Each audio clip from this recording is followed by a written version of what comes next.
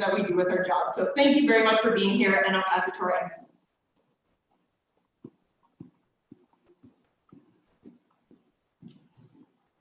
Hello, everyone. We are so excited you can all make it out here today. My name is Mila. And I'm Kara, and we're going to be your MCs for today. As seen in the video, from Rebecca, in the next couple of hours, the event will showcase an inspiring collection of youth climate activists from around the world and their perspectives on current climate issues, as well as the effects it has on their communities. Before we get started, we would like to take a moment to share a way. In the spirit of respect, reciprocity, and truth, we acknowledge the traditional Treaty 7 territory, which includes the Blackfoot Confederacy Nations of the Siksika, Kainai, Piikani, the Tsuut'ina First Nations, and our neighbors, the Îethka Stoney Nakoda Nation, consisting of the Chiniki, Bearspaw, and Goodstoney bands. This territory is also home to the Métis Nation of Alberta, Region 3, within the historical Northwest Métis homeland.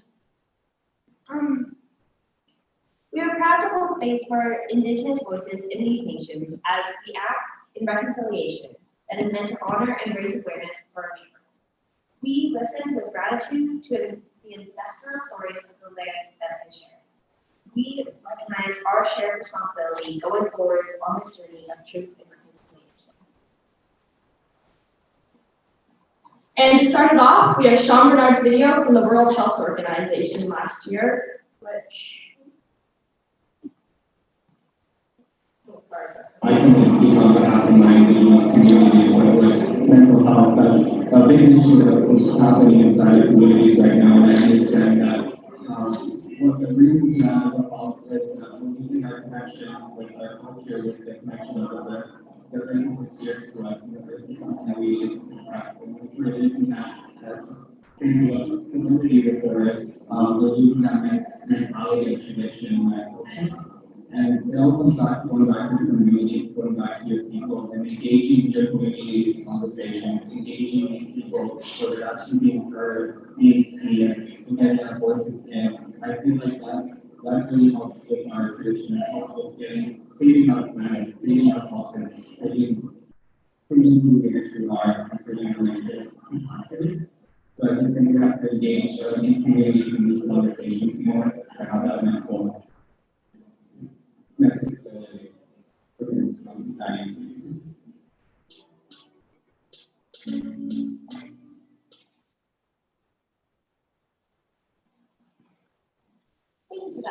I'd like to welcome our honored guests, our mayor, Nancy Town Canmore, and Caitlin Van Supervisor, Environment and Sustainability in the town of Canmore.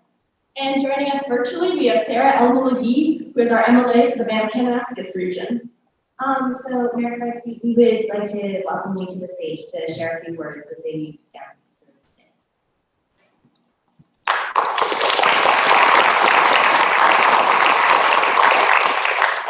Great, thank you very much.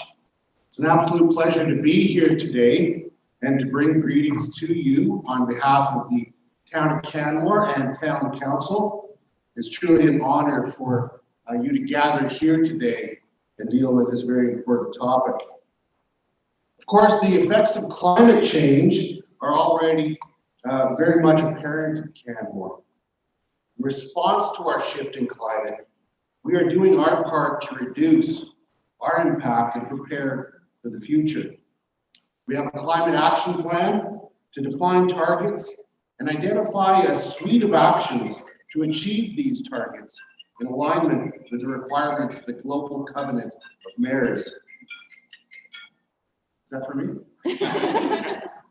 Highlights of the current climate action plan are: by 2030, the community of Canmore will reduce its GHG emissions by 30% below 2015 levels. And the town itself, the corporation, will decrease its corporate emissions by 50% below 2015 levels. By 2050, the town will reduce community and corporate emissions by 80% below 2015 levels. I say our current plan, as right now we are in the process of updating it and making sure that we are hitting the goals that we need to meet. Beyond approving a plan, Our actions and initiatives include building LEED certified buildings, partnering with the Town of Banff and Improvement District Number 9 to operate local and regional roam transit and providing fare free local transit in Canmore.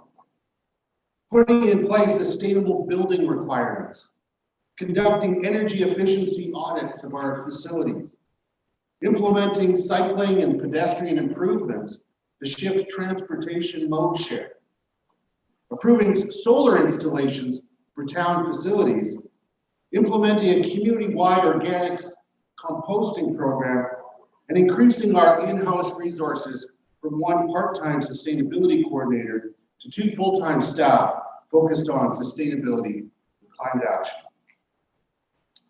You know, in the face of climate change, there is a tendency by some to be pessimistic and gloomy, while fully recognizing the severity of the situation. I prefer to be optimistic and hopeful. We are seeing increased awareness, and innovation is coming on board very quickly. Of course, there's still an incredible amount of work to do, and we have a ways to go to meet our goals. However, seeing all of you here today bolsters my hope. Thank you for your efforts, for your innovation, and your leadership. Together, each of us doing our part, we can and will make a difference. Thank you.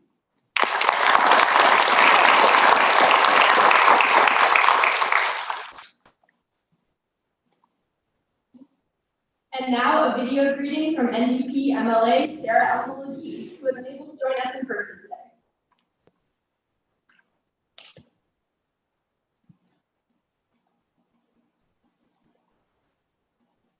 Hi, I'm Sarah Elmolaghi, MLA for Banff Kananaskis. And while I normally live in Canmore, today I'm coming to you from Edmonton. And I just want to take a minute to acknowledge and recognize and appreciate the dozens of Indigenous groups that call Alberta home and have called Alberta home since time immemorial.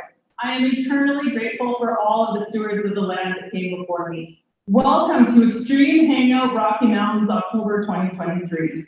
Climate change is real. It's happening today, and it's been happening every day in very tangible ways for the past several years.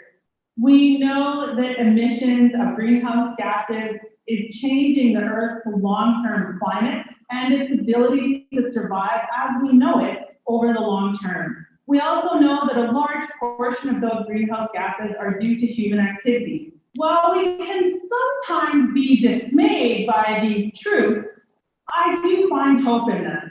Because if we know that human activities are the main contributing factors to climate change, then we have the power to change it.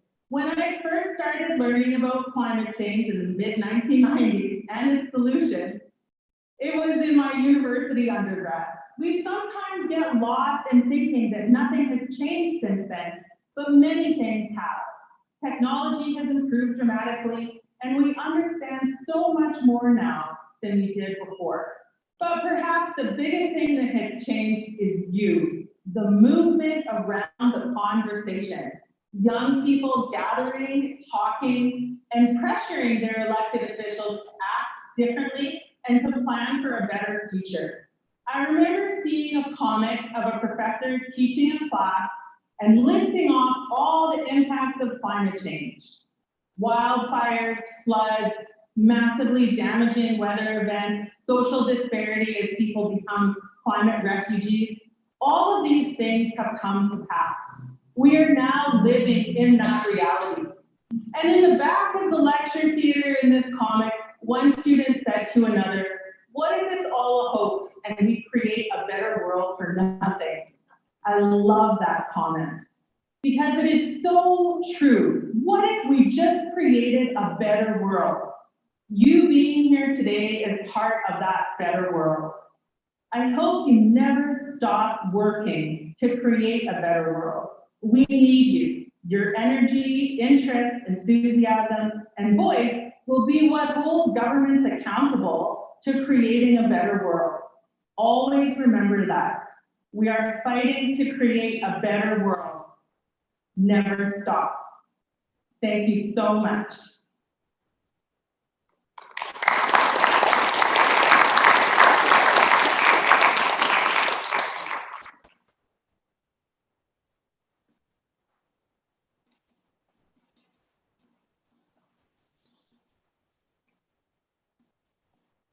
Welcome to the Extreme Hangout.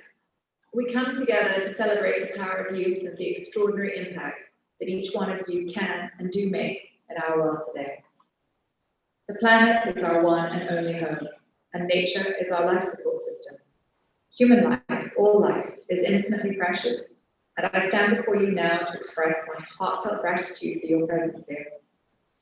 Extreme Hangout is not just an event. It is a community and movement that empowers young minds to unleash their full potential and become catalysts to drive positive change. It is a platform that encourages you to dream big and challenge the norms, think outside of the box, and to create a future that aligns with your aspirations. It's a space where innovation, collaboration, and resilience converge, fostering an environment where incredible ideas can take flight and become reality. To all the change makers who have chosen to be a part of Extreme Hangout, I want to express my deepest appreciation. Showing up today is a testament to your unwavering commitment to make a positive difference in our world. Each one of you embodies the spirit of hope, courage, and determination. And your passion for creating change is truly inspiring. Moreover, I want to extend a special thank you to those amongst you who have taken the initiative to host their own Extreme Hangout event. By doing so, you have not only demonstrated leadership, but have become agents of transformation within your communities. Your efforts to bring together like-minded individuals and provide them with a platform to collaborate and learn from one another are commendable. Extreme Hangout is an opportunity for us to come together, learn from one another, and inspire change. It's a reminder that our future is in our hands, and we have the power to shape it for the better. The connections you make, the ideas you share, and the experiences you gain during this event will undoubtedly fuel your journey as changemakers. As you immerse yourself in this remarkable gathering, I encourage you to embrace the power of collaboration and the potential that lies within each and every one of you. Listen deeply and let your voices be heard. Together, share your ideas, perspectives, and dreams for a better world. Remember that every small step you take has the potential to create a ripple effect, inspiring others to join your cause and drive transformative change. Your dedication to creating a better future is awe-inspiring, and we're immensely proud to have you as part of this movement.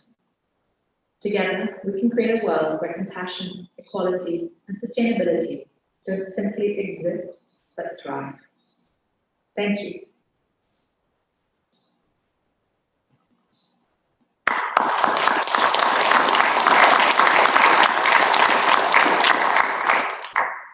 Hi.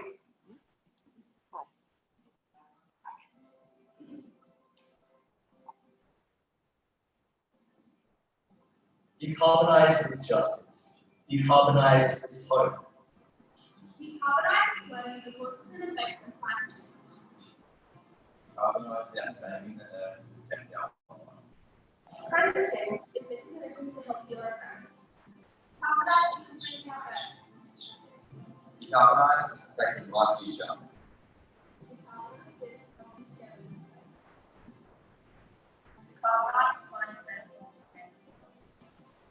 Decarbonize is protecting our future. Decarbonize!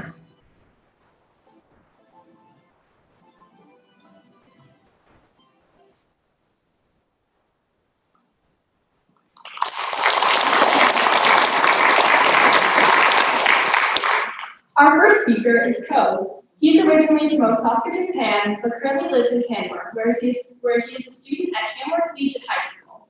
Although he's only 19 years old, he's already taken many actions for the climate, including organizing a waste facility tour. Ko chooses to be a presenter today to empower others and discuss the threats that littering poses to our environment and well-being. So welcome Ko to the stage.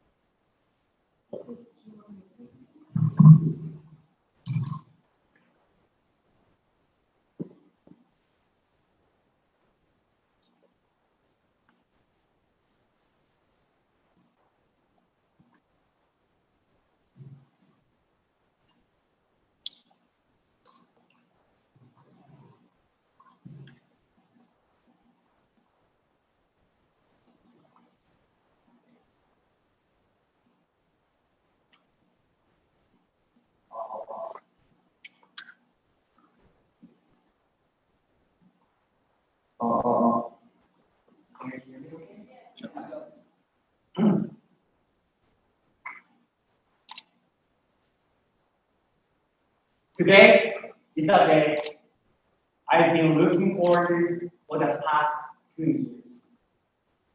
When I first came to Canada, I was scared to talk to people because I wasn't fluent in English.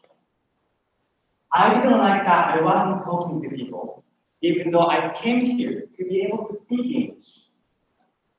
I pushed myself to learn how to speak with people and study English hard to become more confident.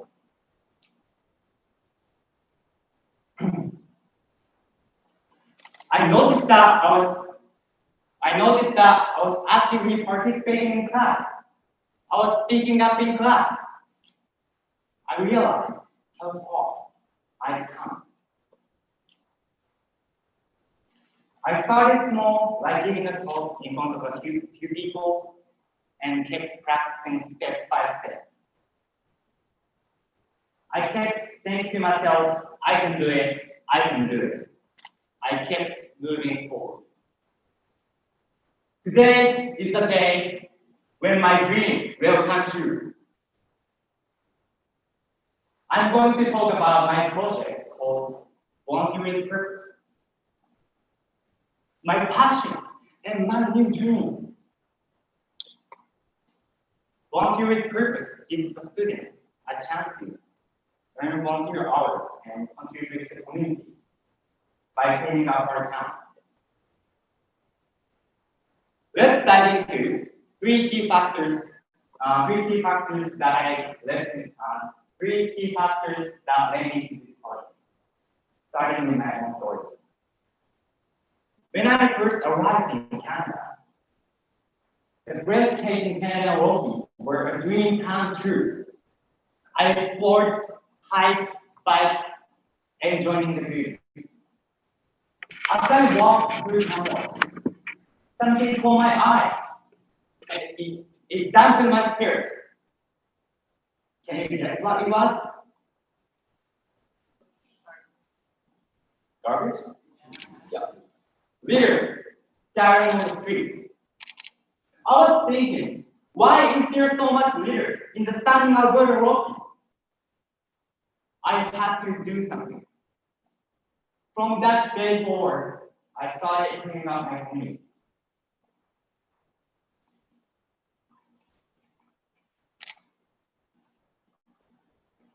I started thinking about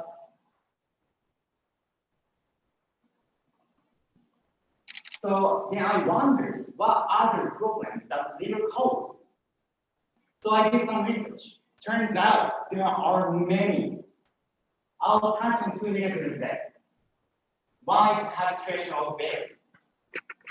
Bears consider anything with a scent to be food.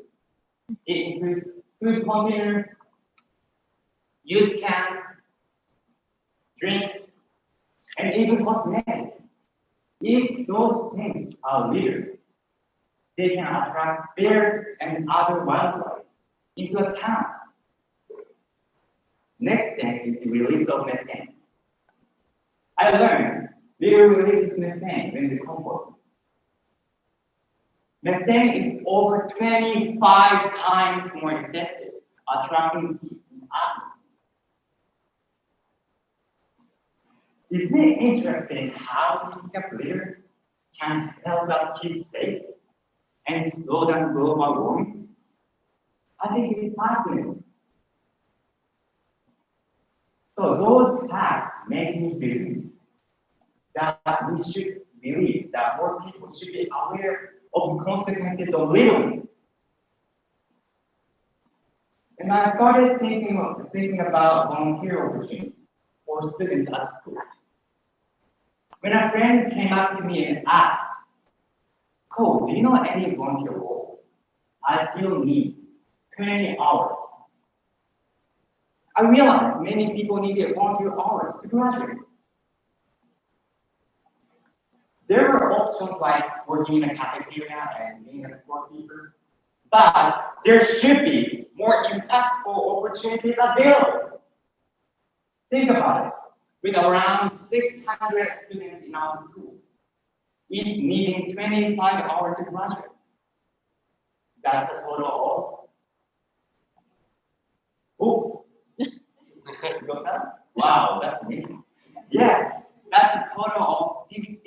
class and volunteer hours. Imagine if everyone had a chance to contribute those hours to wider impactful opportunities, programs in our town. How cool is that? I thought we've got to make the most of those volunteer hours.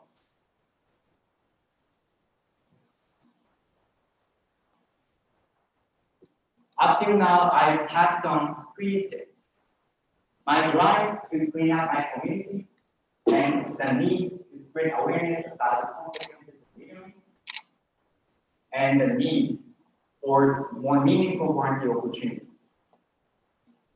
Those 3 things motivated me to create my new project called Volunteer with Purpose.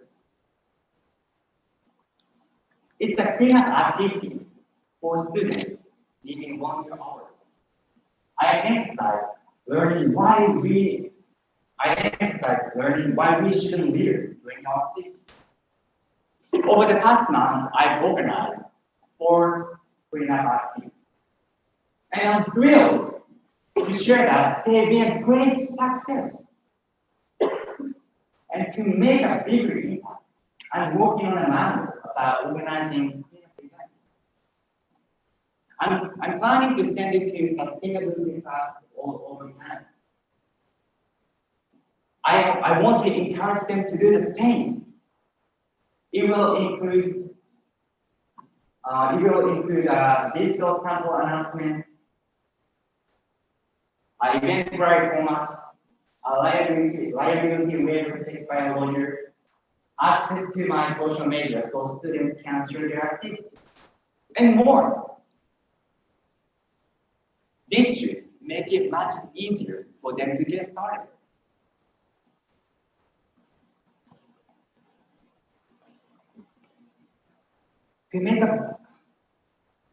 My dream was to share my passion for making a difference with a large audience. This dream felt huge, but I chose to take a step and keep working towards it. Here I am, standing in front of you. What I learned from achieving my dream was that resilience and persistence are a key to success. Whenever I face difficulties, I try to remember this encouraging quote from Steve Jobs. The people who are crazy enough to think that they can change the world are the ones who do. I couldn't have been able to give a presentation without the support of my parents, my family, my parents, my friends, and my teachers. Everyone needs support. There is no one in this world who became successful without the support of others.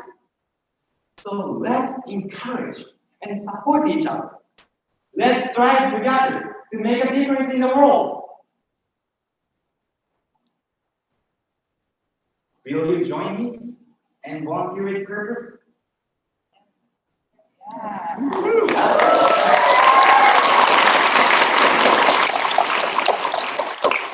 I hope my presentation has sparked something special in you. My next dream is this project. Thank you.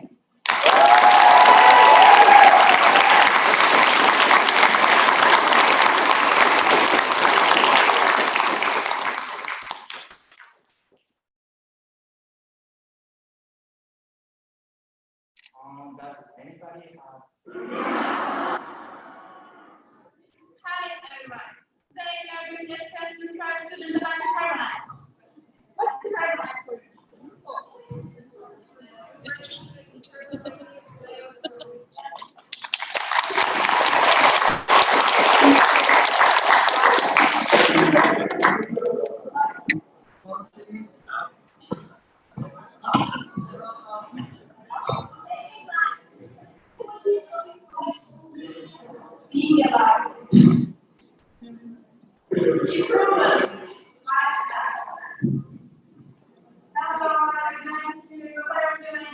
Hello,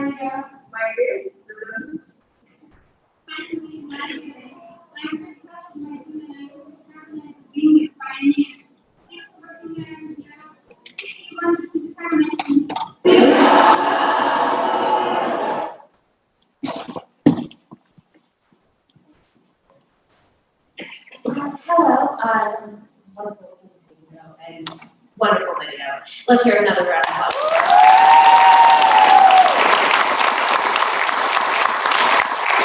So next up, I'd love to invite to the stage Taylor, Ryan, and Ava, grade 12 students. They're from Austin O'Brien Catholic School that is in Edmonton, Alberta. And their interest ranges from sports to science to nature, but their shared passion in the outdoors was why they joined the decarbonized team. Their presentation will take you through engaging issues facing Canada's climate and how these issues have specifically impacted their lives, and their main focus will be wildfires. Thank you.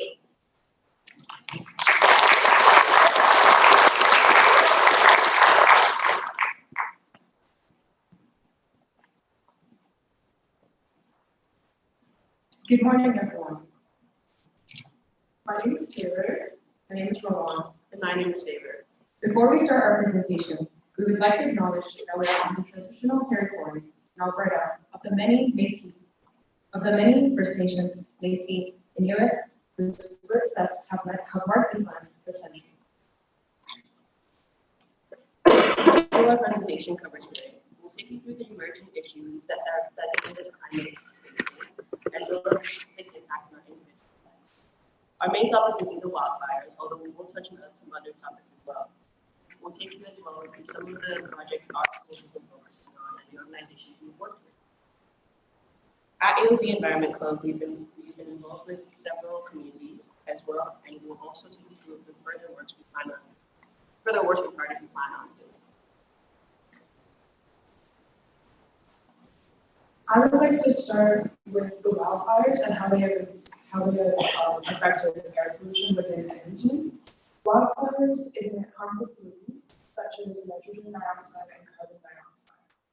These particles, when inhaled, can be very dangerous to us. They can cause asthma attacks as well as other long-term health consequences. And Victor and I personally know that because we run cross country with our school. And we've had instances where practices have almost been canceled because the air quality is too bad and too dangerous, so we wouldn't be able to turn. Another aspect of wildfires is that the pollutants can also get into the soil, which ends up eroding the soil, which will then make it difficult for the roots to stabilize. In turn, this affects how many crops are viable at the end of the season, which can make the prices of food go up, which no one wants.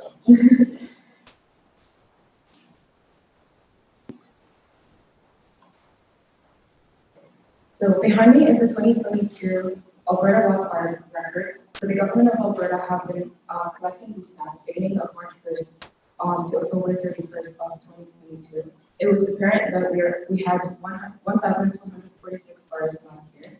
This really tells us that we are having fires more frequent than ever, and the numbers of fires will keep increasing. If we don't start taking a serious action to prevent these fires. We also see a spike in temperatures between the months of July to August compared to the past 5 years. So you may ask yourself, what factors are causing global warming? Well, according to the Alberta.ca, the majority of wildfires are started by humans. In fact, last year, over 60% of wildfires were human caused. Human activities such as farming, over-farming, excessive irrigation, and deforestation are insanely impacting our land to capture and hold water. So as a result, our forests are drying out faster than usual, becoming more inflammable as the temperatures rise. I will now take you through some of the socio-economic impact climate change is having in Canada. Unsurprising to most adults and youths, we have been hearing of an incremental increase in grocery store prices and stores. Adults in Canada are having a difficult time feeding their families to the skyrocketing crisis. But how can this be related to climate change? This has been a result of farm production and supply chain impacting the agricultural industry being impacted by climate issues such as air pollution, excessive rain, and excessive seasons of droughts, which all negatively impact the crop production and overall increases the cost of these grocery store prices and lowers the supply of the resources now. In Canada alone, we have seen a 10% increase in consuming prices of groceries, which will only continue to increase over the next years. In addition, I've also been personally impacted by the social impact of climate change in Canada due to a lack of funding for public transportation. All my life, I've been a student, so I've taken public transportation. But within the past 5 years, there's been a 20% increase in the cost for public transportation. Within my family and friends, we often discuss how unaffordable our environmental ways of commuting and transporting is becoming increasingly more unaffordable. Currently behind me is a stats showing that the growth in pricing of grocery goods in Canada. Currently, there has been an increase in price. However, at the same time, there's been an increase in the amount of food purchased at the same price. We all see the negative numbers. Yeah, that is struggle. Next slide. But on a more positive note, let's talk about the accomplishments that we have made at AOD, us the Ride Environment Club. First has been our compost piles. This was our first big project as a group. We created large composting piles with the City of Edmonton Master Composter Regular Recycling Program, and were able to join the Caldwell community and had amazing individuals reach out to help educate us with the creation of these bins. Our second project were compost bins. With the help of individuals such as Naya, Tyree, and Claire, with outsourcing, peeling, washing, designing these tanks for their intended purposes. So how do they work? Each class receives a bin, and students of AOB are encouraged to put and put compost into them. With the help of our special education students, they're weekly collected and gathered with all winter and spring into the large compost. And finally, for our newest and most recent project has been the creation of a school garden.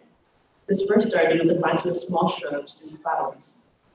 But however, through the years, we have moved up to vegetables and fruits, such as pumpkins, squashes, tomatoes, and berries. Unfortunately, this year was not a bountiful year. However, for future plans, we plan on tending to the garden closer so we can have a greater increase in numbers. What do more of our extended future works look like? Our future works include a switch to containers that are more sustainable because our metal cans have begun to rust over time. We also plan on being able to feed our own students with the garden. By doing so, we plan on making a more significant impact on the growing economic hardship for our students.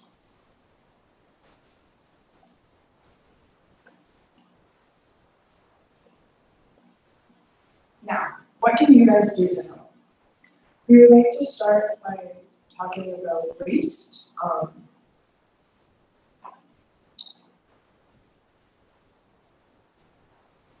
You should be mindful of how much waste you are producing. An example of how you can do this is by composting, which is what Britta was talking about. Composting helps properly dispose of certain waste, which is helpful as well. Just helpful for the environment. Another idea is to just be mindful of how much power you're using. It can be simple examples like washing your clothes on the cold setting instead of the hot setting. Just simple things like that, right? Everything you do really does make a difference, and even small things. They feel small, they do. And if everyone does their part, it can really make a difference on the planet. We would also like to encourage you to join the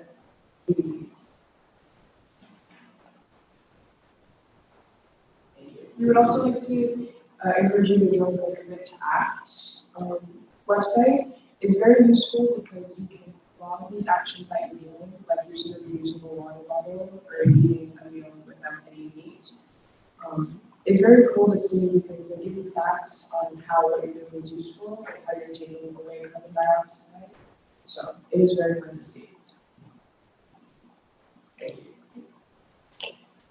So, and before we end, I would like to walk you through the stats of food waste in Canada.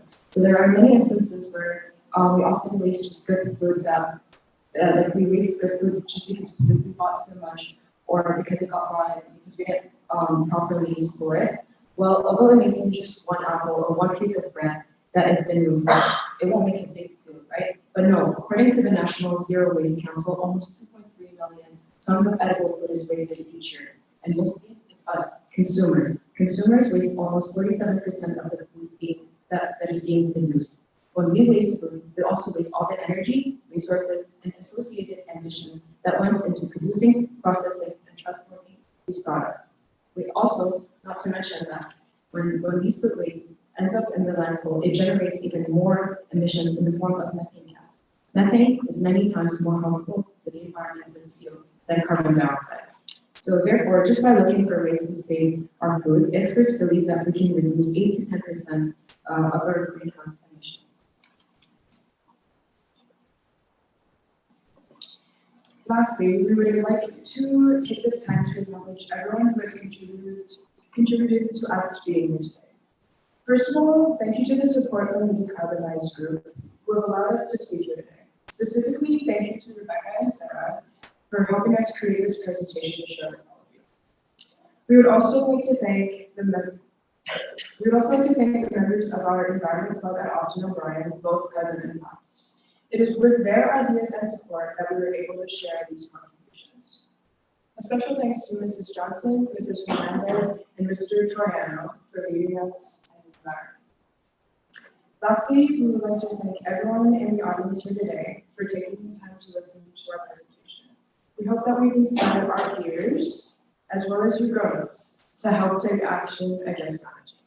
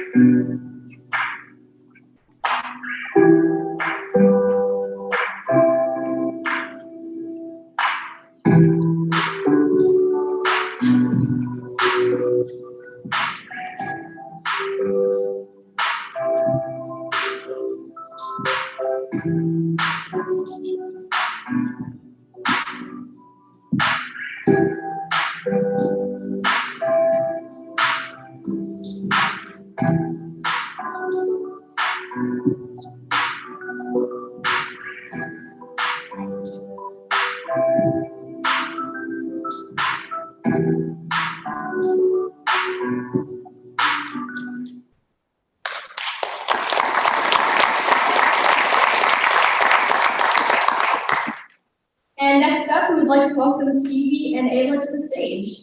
They are focused on the global issue of plastic pollution and the effects it has on humans, animals, and our ecosystem. They hope to raise awareness and encourage communities to take action, as well as strive to broaden others' horizons and educate the accurate perspective in terms of what is currently happening and how it is affecting us. They are excited to have the opportunity to share with you today and hope that you can take something out of it.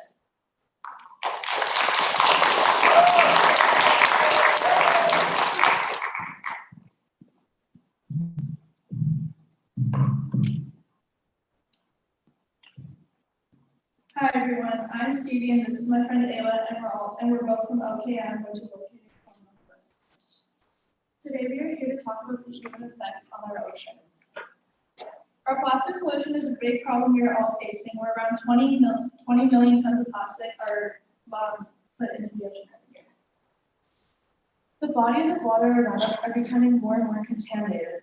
Our water sources are becoming 70% contaminated. And every day, 2 million tons of sewage and other pollutants drain into our water systems. Some of this plastic ends up in our ocean and garbage patches where it gets entangled in the current vortex with plastic from other sources like offshore fishing operations. Plastic pollution will have a worsening effect on our economics, health, and ecosystem if nothing is done.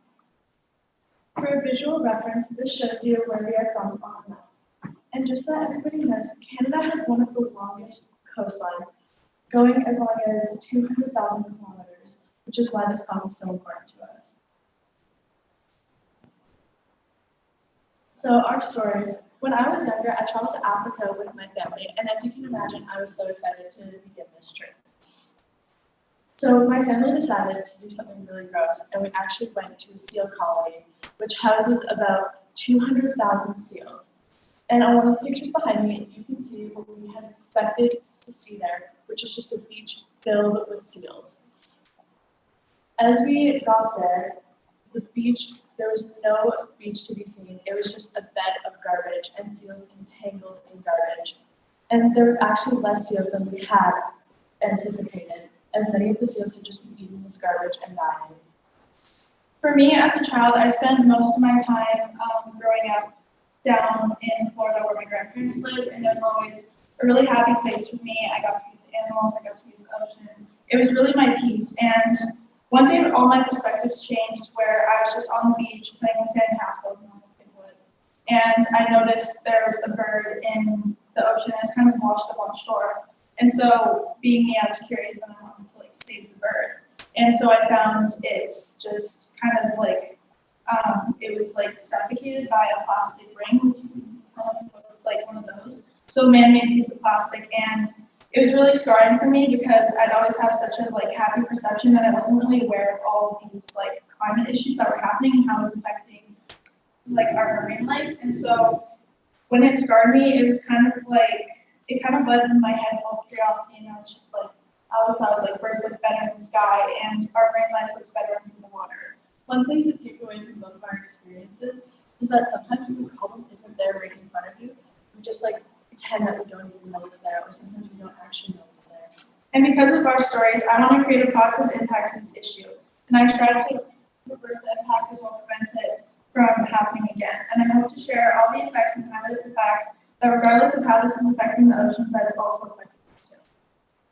So it's said by 2050 there will be more plastic in the ocean than fish, which is really hard to process because when you think about the ocean, and there's also the fact that we only export 5% of it, so the other 95% will almost be dominated by plastic and man-made microplastics, which takes a toll on our marine life and the aquatic ecosystems where the entanglement, suffocation, and swallowing of hundreds of marine animals are the most obvious effects of plastic waste. And when these marine animals, including fish, whales, seabirds, and turtles, are living and just trying to survive off each other, the plastic debris makes it into most of their systems. And adding up, there's more plastic in the ocean than there are stars in our galaxy. So to put that in perspective, there's 100 billion stars in our galaxy compared to the 380 tons of plastic produced each year. When you think about how much plastic is being produced, it really changes your perspective on where does that all go. So this graph right here shows how much plastic enters our world. You can see how much plastic is produced in our world, mostly consisting of single-use plastics. Which, when you look next to the graph, it shows you'll see how much plastic waste turns out to be higher than our plastic production. After much of that is going straight into our oceans. And one thing is because of Canada's poor recycling management, we sometimes will ship our recycling over to Asia, which in turn just ends up in the oceans anyways, which takes a massive toll on all our oceans. So just for another perspective, 593,043,485 pounds of plastic pollution is on the ocean surface. And it's just crazy to think because for human connection, it would take us well over 100 years to count to that number. And the fact that it's only on the surface just means that there's so much more right below. So when I was in grade 8, I had to do another climate presentation, and while I was researching, I saw a climate activist that had a quote that said, "It's only one straw," said 8 billion people, and this really just opened my perspectives, and it also kind of made me connect to it, because being guilty of it, I have said that, and I bet a lot of people here can also say that too. The Plastic Pollution Coalition states that over 500 million straws are used daily in the US, which is crazy to think about, and it just really stood up because I think it connects to every person, because I think sometimes even if we're just making an action, we don't think it really has an impact, but you kind of don't also realize that everyone else is making those same decisions, and all those impacts add up to create some of these huge global changes. And so it also just really affects our ecosystems way more than we think too, which when to compare how every little decision, as I said, adds up and produces grand effects within our society. So these images here, the one on the left and the turtle, just affects, it's really interesting when you really look into it, because turtles aren't usually hunted compared to shellfish and other things which like are used for food. And so they're getting caught in things that they aren't even like used for. And so it really just, it's affecting all types of marine life, even if it's not really relevant to it, which can also cause high deaths, injuries, and habitat loss for many species, because this plastic is taking over the ocean organisms and our oceans. And then also the photo on the right of the island symbolizes one of the many remote islands across international seas that are polluted with single-use plastics.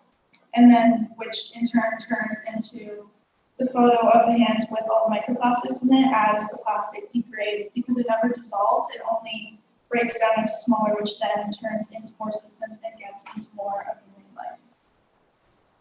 So this is also a graph and explaining the increase within our oceans. So some of the countries with most plastic pollution are the United States, India, Brazil, China, and Indonesia. And so the plastics decompose and they kind of integrate into the ecosystems, or they often sit and just become digestible by marine life. So even an example, a small fish is living within the reef and ingests the microplastics, and then a bigger fish kind of eats that one, and then the plastic just keeps cycling through all the systems. So a bit more about microplastics. They are both, it affects all of us, so human, wildlife, the oceans, and sometimes actually humans, most of us have probably ingested them at one point, because they are being found in so many more products. So seafood, water, even beer, honey, and others. And it's actually been found that some microplastics can be found in human placenta, which is very worrying. And so also there's a quote that said, "The amount of microplastics in the environment represents only 4% of particles collected on average. The other 96% is comprised mostly of natural materials like minerals, dirt, and sand, insects, parts, pollen, and more." So moving forward, we want to take more awareness and action to this issue. So through education, cycles and habits, companies, and communities. So with education, even just taking the time to learn about it yourself, because I feel like many people don't really take that time to focus on these issues unless it's connecting personally, which is also something about the education, is that, you know, it is affecting us, and it will at some point, even if you haven't noticed it yet. So even just keeping up with society and sticking to what's happening locally around the world. And then also with cycles and habits, just trying to improve your daily life to reduce the waste. So maybe avoiding single-use plastics, also doing cold washes so that less microfibers and plastics go into our oceans. Also buying secondhand are really good options.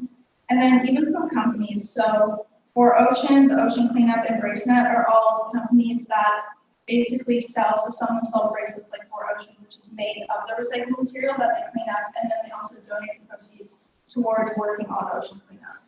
And then also there's communities, so working within the community, so example like environment clubs to work together to solve an issue and spread awareness about it as well. There are solutions. This is one organization we connect with, the Ocean Cleanup. It's a cleanup boat and robots. So the boat runs on a combination of electric motors, batteries, and solar panels. Its purpose is to gather up floating trash that ends up in our oceans. like plastic bags, plastic bottles, and other detritus plastics. The Ocean Cleanup is the largest cleanup group in history. They are a nonprofit organization with hopes to clean up 90% of what's on our ocean surface. One simple thing we can do is limit our single-use plastics, which is about 40% of the plastics in our ocean. In your day-to-day, if we can cut out all single-use plastics, the benefits will really create a healthier planet and preserving our natural resources. I like to look at it from the perspective that it's easier to cut down on plastic than remove it. And so with that being true, I feel like also as humans, we forget about the potential we have. So in grade 10, I got to create a project that was working towards solving plastic pollution, and I called it Clear Coast. And basically, I focused on the Australia region because they also suffer with lots of plastic pollution, and they also surf a lot. So I wanted to create a company where I can create like surfwear and surfboards while also helping with plastic pollution. So basically, I created these prototypes of surfboards and swimsuits and wetsuits made out of recycled plastic, where most of that group would be able to purchase it, and then some of the proceeds would go towards clean plastic. So it was also like a win-win, and it was also being very sustainable. We would like to thank all of our teachers and all of our peers for all the support that they've helped us through this. We're very grateful for this opportunity, and we hope you guys learn something.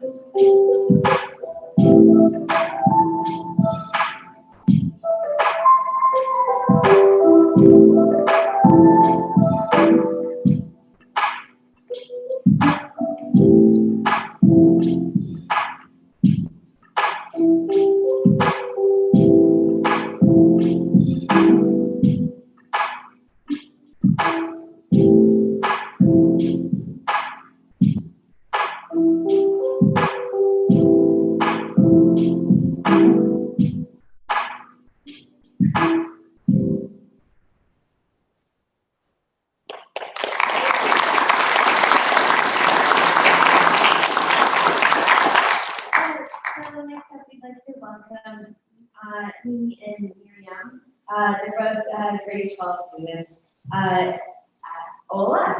And in Canmore, they want to change energy uses and level of sustainability in their school.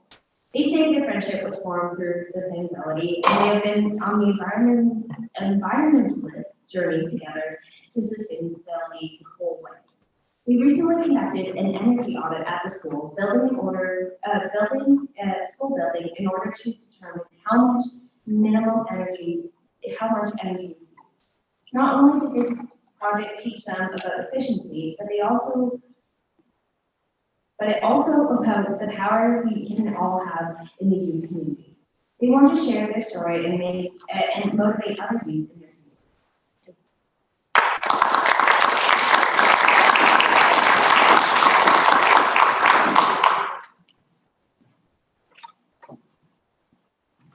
Good morning. My name is Miriam and I'm a grade 12 student at Our Lady of the Snows. First of all, we both want to thank you guys so much for supporting us and giving us the opportunity to share our project with you today. We are Team Greenfoot, and the main project that we will be sharing with you today focused on specifically increasing the energy efficiency of our school building. We also additionally hope that we can inspire all of you to take initiative on any issues in your community and make your voices heard. My name is Maddie, and I'm also in grade 12 at Our Lady of the Snows here in Canada. We have many stages to our project, and we hope to walk through them today and share our very educational experience, which would not have been possible without the support of our community. We will also be sharing other sustainability events and youth groups we have been a part of that have furthered our understanding of the impact we can have as youth on sustainability issues. So Naomi and I actually grew to be very great friends through our journey in sustainability. These two students from different cultural backgrounds, we are both very passionate about leadership and environmental stewardship and want to advocate for greater youth involvement in the community. Since Naomi spent a good part of last year in Japan, we got a lot closer over the Zoom meetings that we had every Tuesday. And when she got back, we really hit it off. I couldn't imagine doing this presentation with anyone else. When our teacher mentioned that we had the opportunity to do an energy audit, we were both very excited.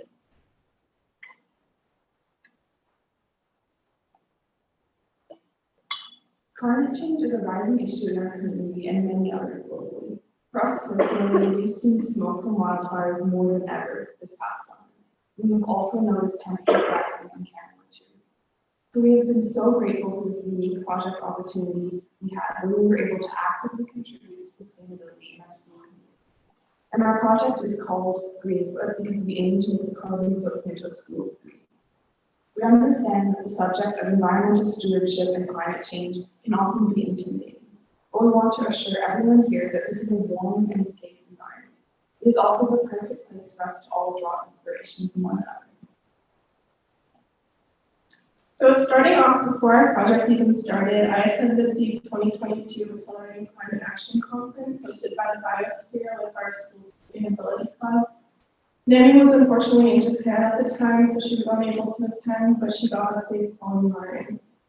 This was a very real start to our project since it was not only very informative and inspirational, but it opened our eyes to the changes we can make in regards to energy efficiency to benefit our community and in turn our health.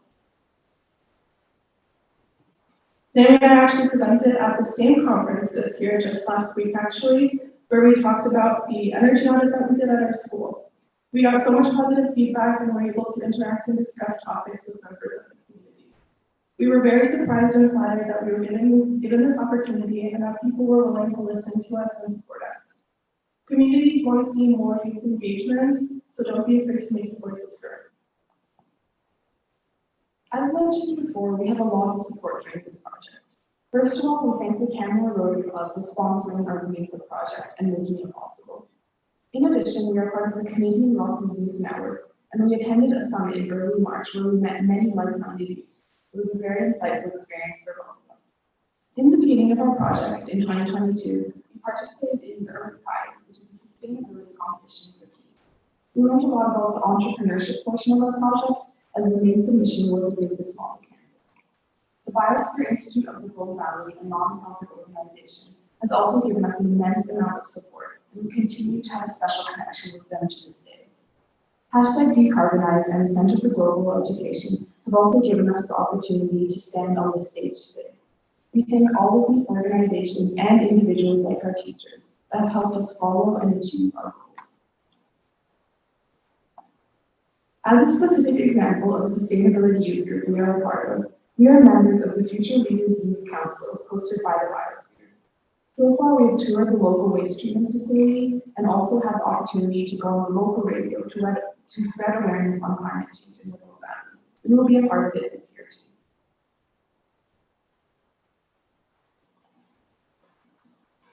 Coming back to the topic of our Greenfoot project, the biggest aspect of it was a school-wide energy audit we conducted, where we did a sustainability sleepover at the school.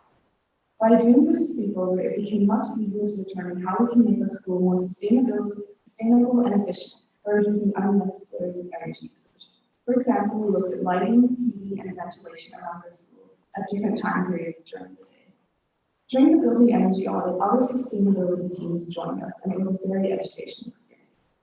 For example, we found that our atrium or lunchroom had lights turned on for the entirety of the day, even though it is one of the rooms that gets the most natural sunlight. The lights being turned on did not make a significant difference in the lighting of the room, which is why we saw it as quite a waste of energy and money. So for our energy project, Greenfoot, we had multiple meetings with Matthew, who's a professional engineer from Ready Energy, planning and also looking around the building.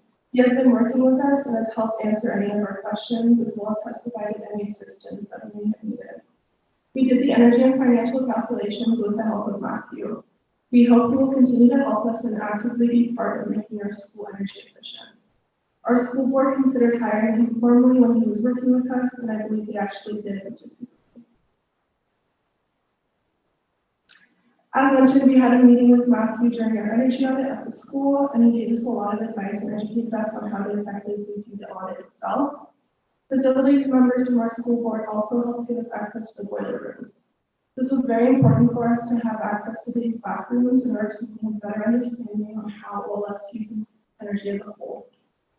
We also did other fun events unrelated to sustainability, such as dancing in the gym and watching a movie and cooking.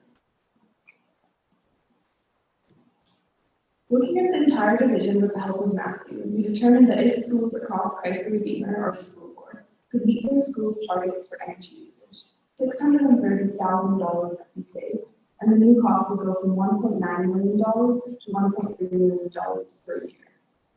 Miriam and I gave a presentation to a school superintendent at a school board meeting to show him the benefits of saving energy across our school. We proposed for Christ the Redeemer to formally hire Matthew as a professional energy auditor, which they did, as I mentioned before. So as an example of what we learned at this energy audit, this is a chart of the factors, both electricity and gas related, that we found to have the most important impact on making our school building more energy efficient. Some of these are etiquette related and focus on changing behaviors in order to reduce energy usage. Behavioral changes will have a very large impact on energy efficiency at the school. The low-hanging fruit, or some of the categories that have a large impact but are relatively cheap to change, are the categories we focused on changing. We believe that by starting with these recommendations, for example, optimizing lighting and zone control, we would have the greatest impact. We hope to continue to increase energy efficiency at our school, for example, through looking at solar panel installations at our school potentially. After the board presentation we did, they offered for us to present to the Board of Superintendents at the Alberta Conference of Superintendents, which we will be doing later this month. We also hope to have continued engagement with Ready, and are hoping to participate in certain aspects of making our school more energy efficient, such as being on site when installing new appliances. Ultimately, our Greenfoot project and other sustainability projects we have been a part of have made a huge impact on ourselves and the community. Through the Greenfoot project, we gained many leadership skills and learned to take initiative. We are continuing to gain many skills to this day. As students and youth in this town, we received a large amount of support from the community, and we came to the realization that any youth who are determined and motivated can make an impact. And thank you to everyone here too, who is giving us support and giving youth like us a safe environment where we can share our story. Thank you.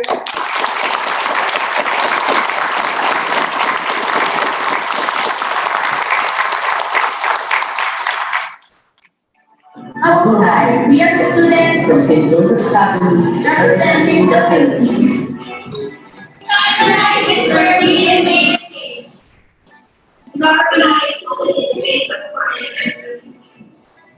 Organize is using our voice for a better world.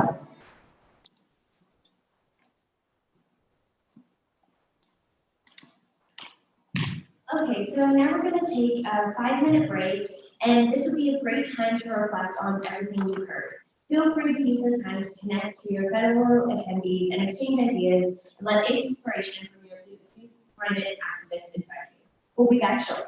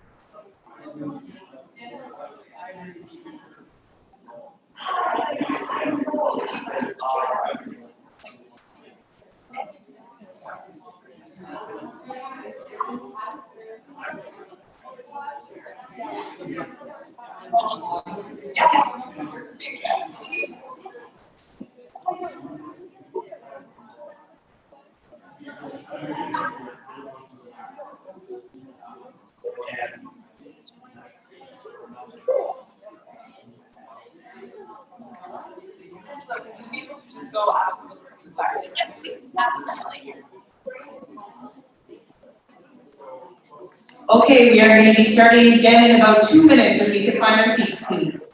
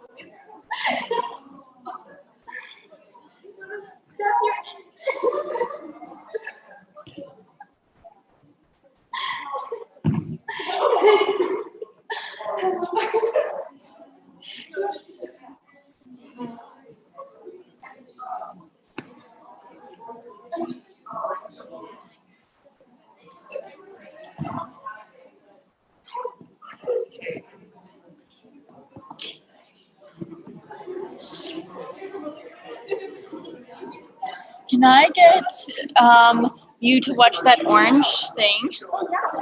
And then, oh, it needs to kind of move with it. I'm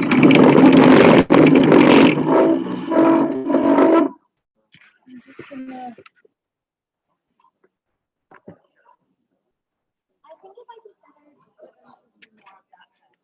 I wonder if we should.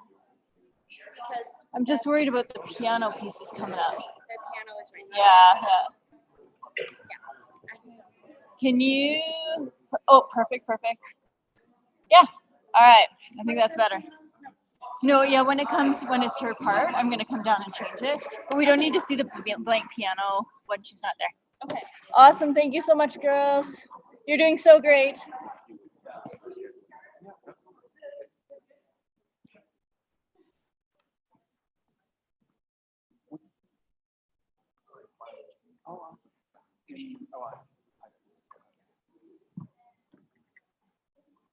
Okay, welcome back, everyone. Hopefully you had a great break filled with some meaningful conversations. Feel free to take a seat if you haven't already. And first up, we have a video.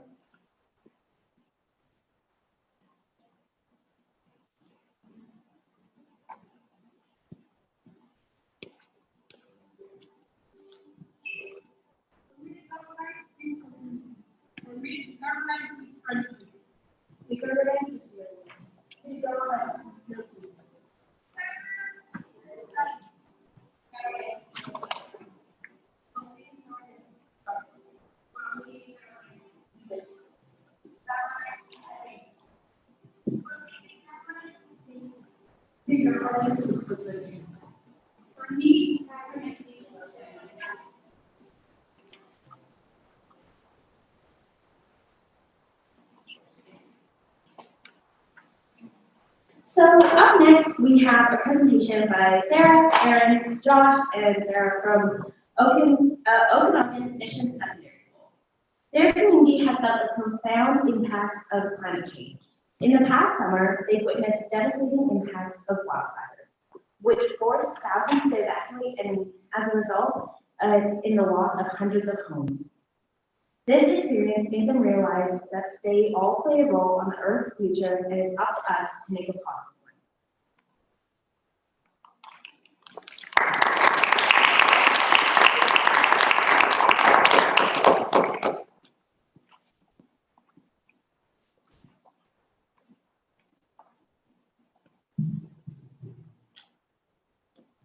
Hello, everyone. I'm Josh. I'm Sarah. I'm also Sarah, and I'm Aaron. And we're grade 12 students from Okanagan Mission Secondary School from Kelowna. We just want to recognize that we're from the unceded land of the Silks Okanagan.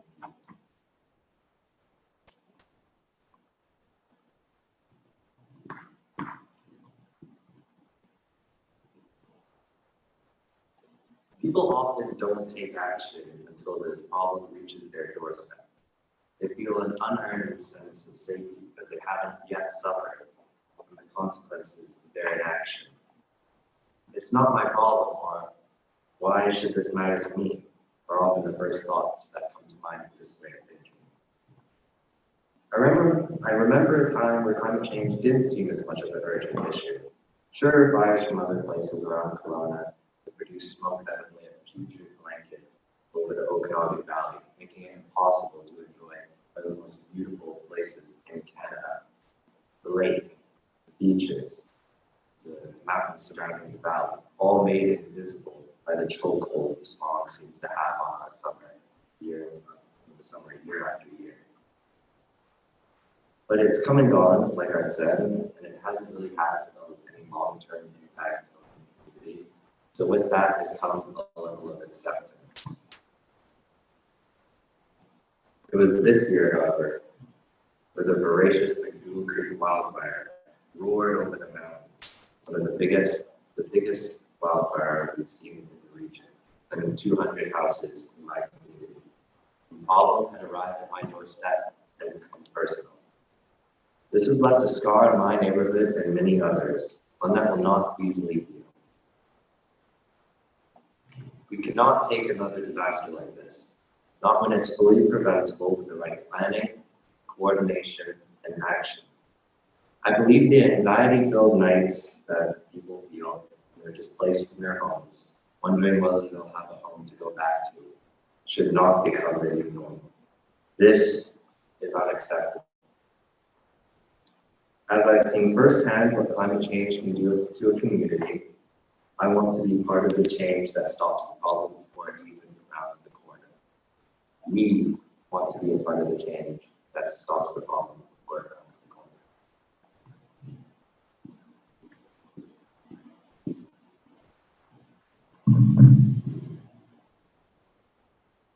Hi, everybody. My name is Sarah Mariotto, and I'm a 16-year-old student that lives in Kelowna, British Columbia.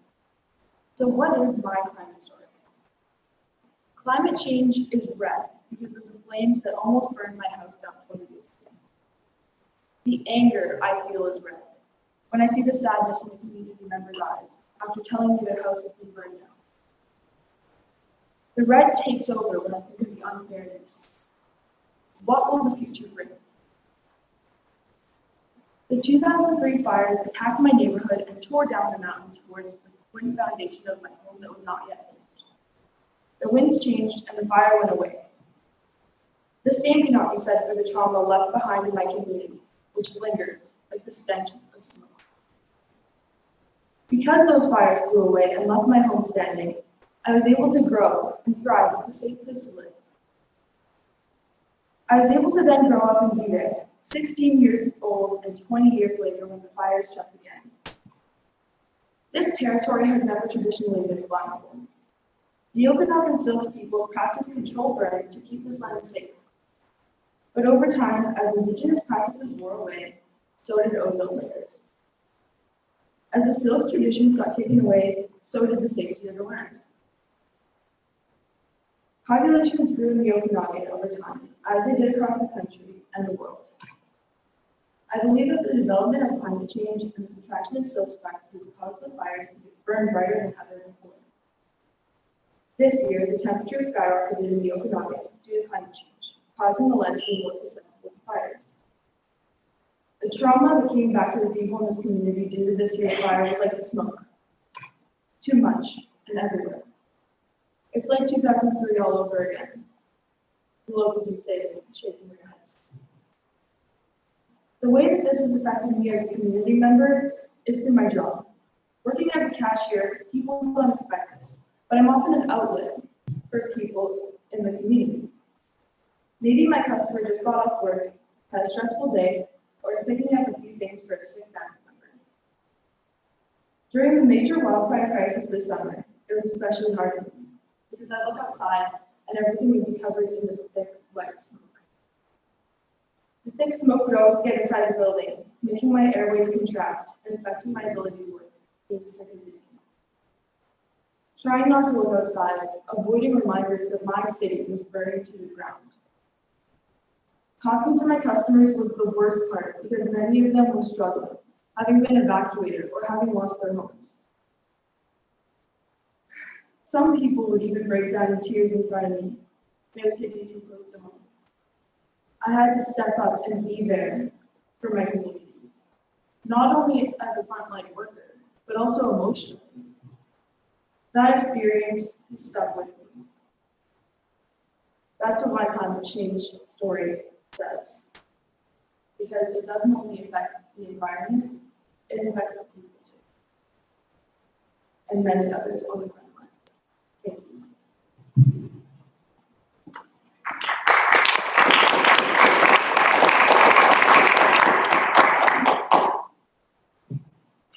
Hi everyone, I'm the other Sarah Kovacs, and I came to decarbonize as I wanted to make a change in our world. We live and learn on this beautiful planet, and it's up to us to save it. As we heard from Sarah and Josh, climate change affects all of us. Like we experienced this summer with the fires, it's the little efforts that we make that will make our world a safer place. At OKM, I am involved in multiple programs that represent the UN Sustainable Development Goals. OKM composting follows goal number 11, sustainable city and communities, goal number 12, responsible consumption, and goal 13, climate action. At OKM, 50% of all garbage thrown out was actually compostable. By placing bins in every single classroom helps make composting available to all staff and students at OKM.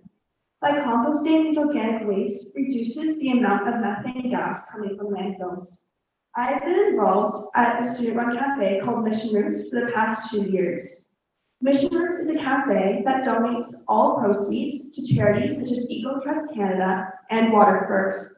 From being involved in this, I have learned the impact of even the price of a simple cup of coffee can make on climate change charities. I hope everyone listening to this can realize the small impacts that they have in saving our world from climate change. At the end of the day, there is no planet B, so it's time to make our efforts count. Thank you.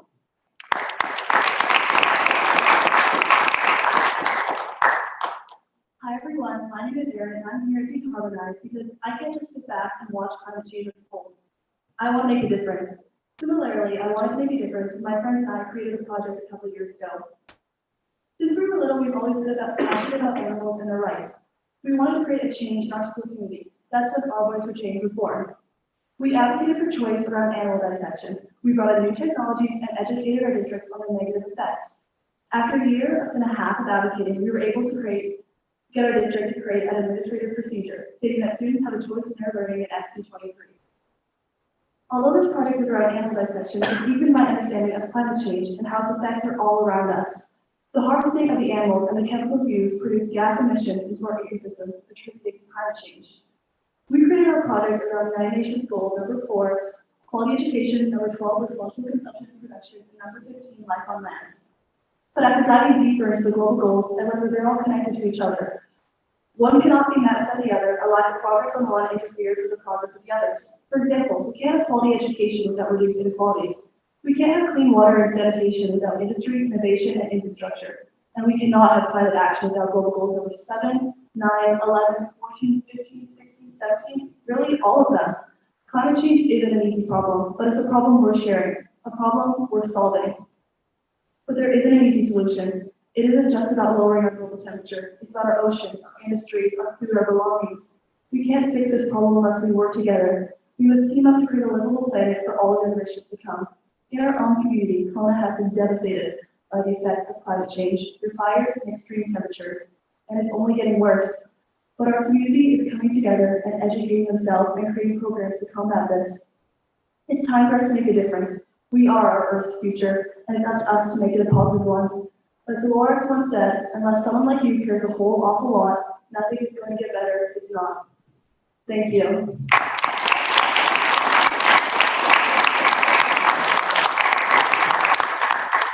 I just wanted to say thank you to Kelly, Jess, and Katie for always supporting us and seeing us more than students, as people too. We would like to thank them for all of their support and always believing in us. And thank you to Decarbonize for inviting us here and giving us this special opportunity. Thank you everyone for listening to our talk. Thank you.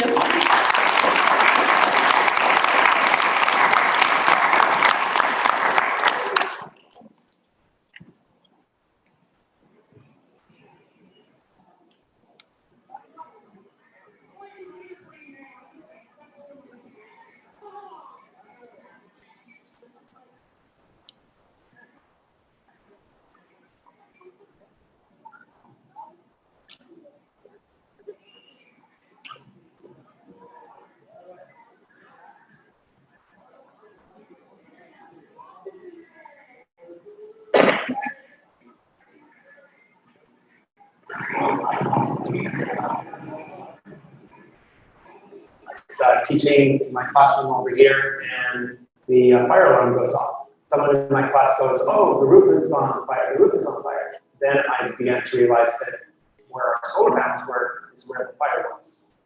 And just hung my head because I knew exactly what was happening was a project that we had spent 3 years and $45,000 raising. They were all in flames. And then I thought, EcoVision is over. Slowly, the group of 10 students at the time gathered around me in the center circle, and I looked up and I saw tears just running down their faces. Young people care about their environment. They care about their world. And in my heart, I knew that my job wasn't done.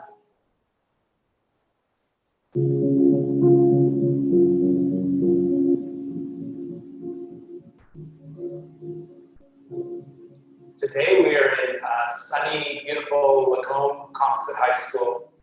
So EcoVision is project-based education. So we allow students to dream big dreams and then do research on those dreams and then put those dreams into reality. We have 3 pillars that we follow. All our projects must be student-led and must be environmental, educational, and collaborate with the community. So far we have our solar panels. We have reduced 56 gigatons of carbon in the 11 years that we've had our solar panels.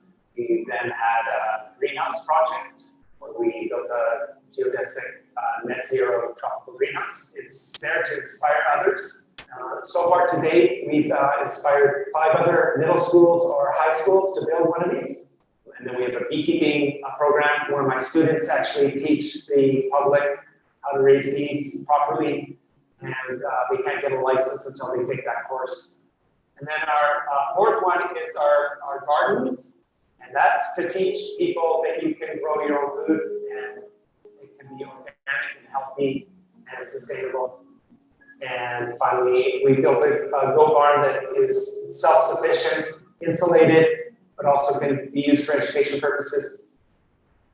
The benefits of taking the courses that have been developed through our EcoVision program are immense. It allows students to get in touch with their outdoors and with nature. It also provides them an avenue to develop very unique skill set. Thirdly, it provides incredible leadership opportunities for our students that they wouldn't otherwise have. Really hands-on learning experience. So not only am I learning a lot about kind of what I want to do in the future, which is probably something I'm learning for that. I'm widening my skill set just in general with outside stuff, and it's really easy to learn when it's so involved and stuff like that. These courses, you learn a lot, and it's nice to know things so that when people ask questions, you can hop in there and use what you've learned and put it into there, and then eventually bring it into your lifestyle or how you want to live. I was half of it just for the credits, but now it's like really exciting to learn more about it, and it's fun to actually go out and see our notes and take care of them and learn. After the fire, there were both students on both sides, students that were crying and students that were cheering, that both said, I want to be part of a solution. And so they started thinking and dreaming, and we came up with a theme, out of the ashes we will rise. And so when students came back to me and said, we need to build a building. Why don't we build a greenhouse? And something crazy happened after the year the greenhouse built. It's like all of a sudden there was a physical symbol. So this is something tangible that kids could actually walk into, and all of a sudden EcoVision exploded again. The future of EcoVision, I believe, is very bright. Students more than ever are wanting to make a difference. Students are discovering their passions, and I think because of all the programs we offer, it taps into a lot of passions across the spectrum of students as well. As long as I'm here, and as long as the students want to invest and follow their dreams and see them come to reality, I think EcoVision will thrive.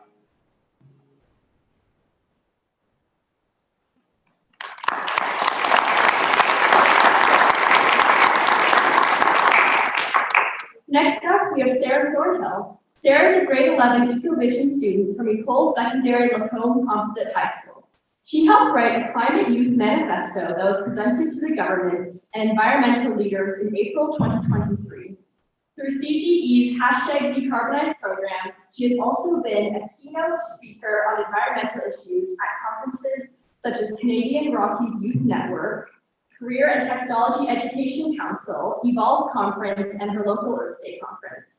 Sarah's environmental actions helped LCHS earn T4 Education World's Top 10 School Prize for Environmental Action in 2022. Sarah's presentation is focused on how climate change is affecting food production in Canada and what her Ecovision Club is doing about it. Sarah is a passionate advocate for the environment, for environmental action, and participates in Ecovision's food security, beekeeping, greenhouse maintenance, gardening, goat care, and micro-business programs.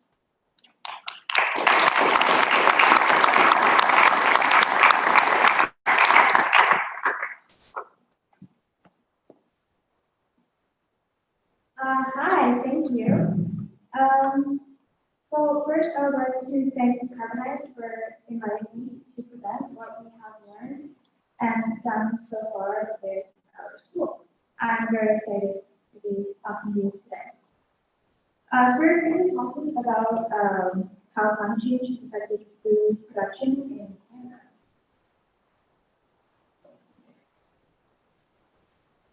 So Ecovision, just a brief overview, is an environmental club at my school, called Composite High School.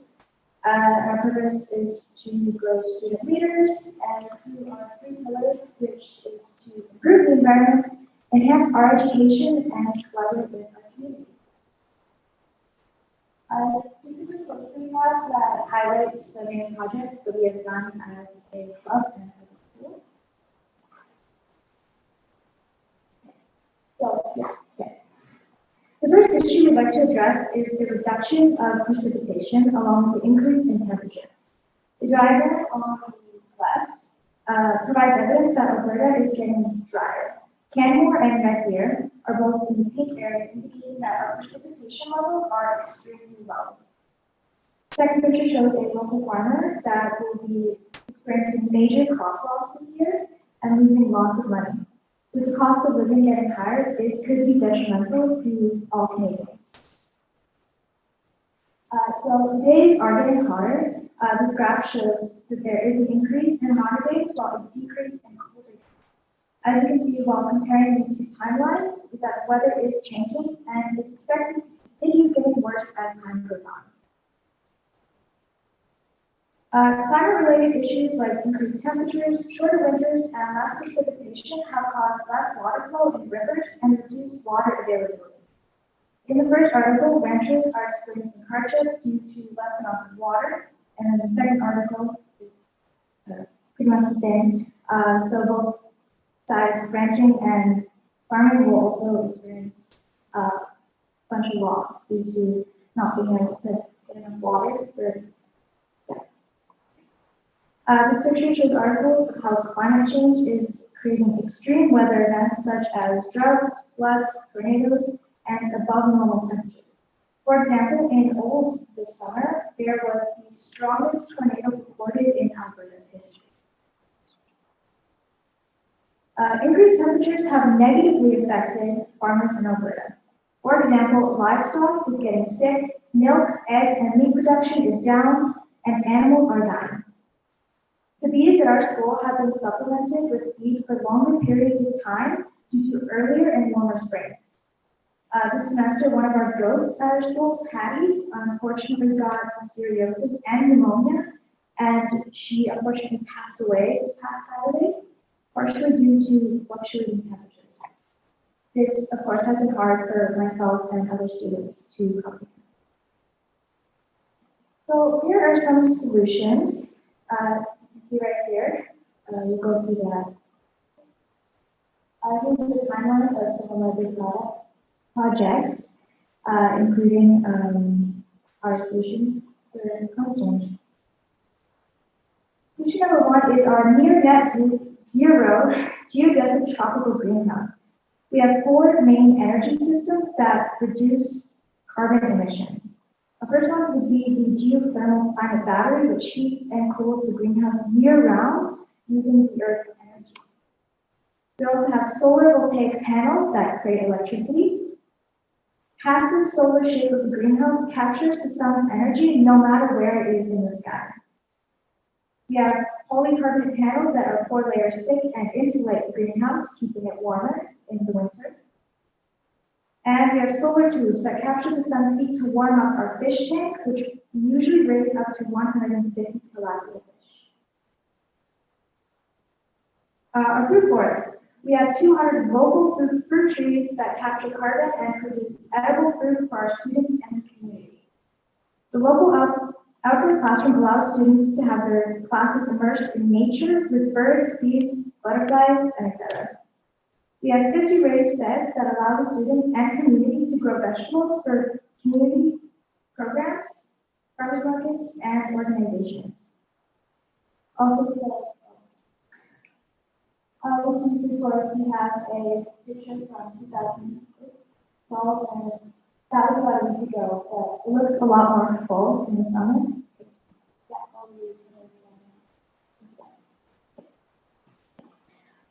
So we have a drip irrigation system set up. All of our trees are drip irrigated at the roots to conserve water and encourage optimal yields. The raised beds are also drip irrigated through a smart irrigation system, so gardeners do not have to worry about watering while they're on holidays. The greenhouse is also drip irrigated, so our plants can thrive in hot temperatures. We conserve 70% more water, which is helping us adjust to climate patterns. Here we have our EPIC garden. EPIC stands for Educational Pollinator Indigenous Carbon Capture. We have reintroduced 25 local species that have value to our indigenous peoples. The local species capture carbon and are more resilient to climate changes because they have adapted to our environment. We have incorporated rain garden, which allows the garden to store water underground. So this is your chance to take action. We have 6 actions that you can, 6 small actions that you can take to help reduce carbon emissions and hopefully help climate change. You can become informed, calculate your school's carbon footprint, plant a garden, reduce waste in your household, advocate for any local activities that your community might be doing to help fight climate change, and support individuals and schools that develop environmental and agricultural projects, which you guys are all doing right now, so we really, really appreciate that. Thank you.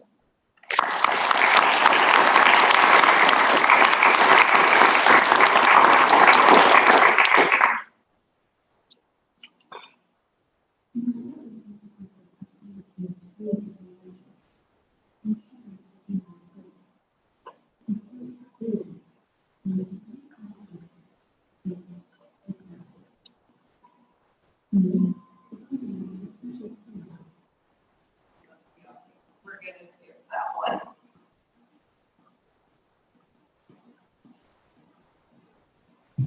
Okay, so next up we have a speaker, Sarah. She is 17 years old and from Cold Lake, Alberta. Her climate story focuses on the various ways wildlife is impacted by climate. By taking you on a journey to significant places in her life, she will explore the important impact. She believes that it is important to acknowledge the human activities and are not only affecting our future, but also disturbing wildlife around the globe. The goal of sharing her climate story is to emphasize that anyone can help fight climate change to save our planet.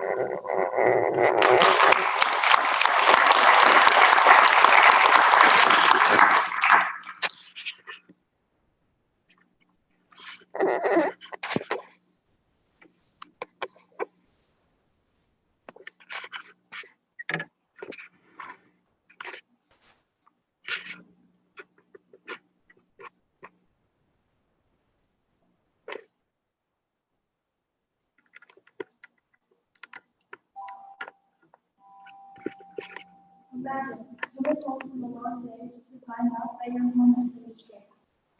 How would this make you feel? This is the reality of how many of our wildlife feel from the impacts of climate change. Hello, my name is Sarah Epticard, and I'm a grade 12 student at Cold Lake High School in Cold Lake, Alberta. I am passionate about science and creating a positive change in our planet. I care about the impact of climate change on wildlife. This is why my climate story is about taking you on a journey to different places that are significant to me and talking about how their life is affected from climate change. Let's begin our journey. This is where my parents were born and where many of my family lives. That red pinpoint from Pakistan. The biodiversity of Pakistan includes around 5,000 kinds of invertebrates, 168 species of birds, and 195 species of mammals spread throughout a broad range of habitats, from sea level to high elevation regions in the mountains.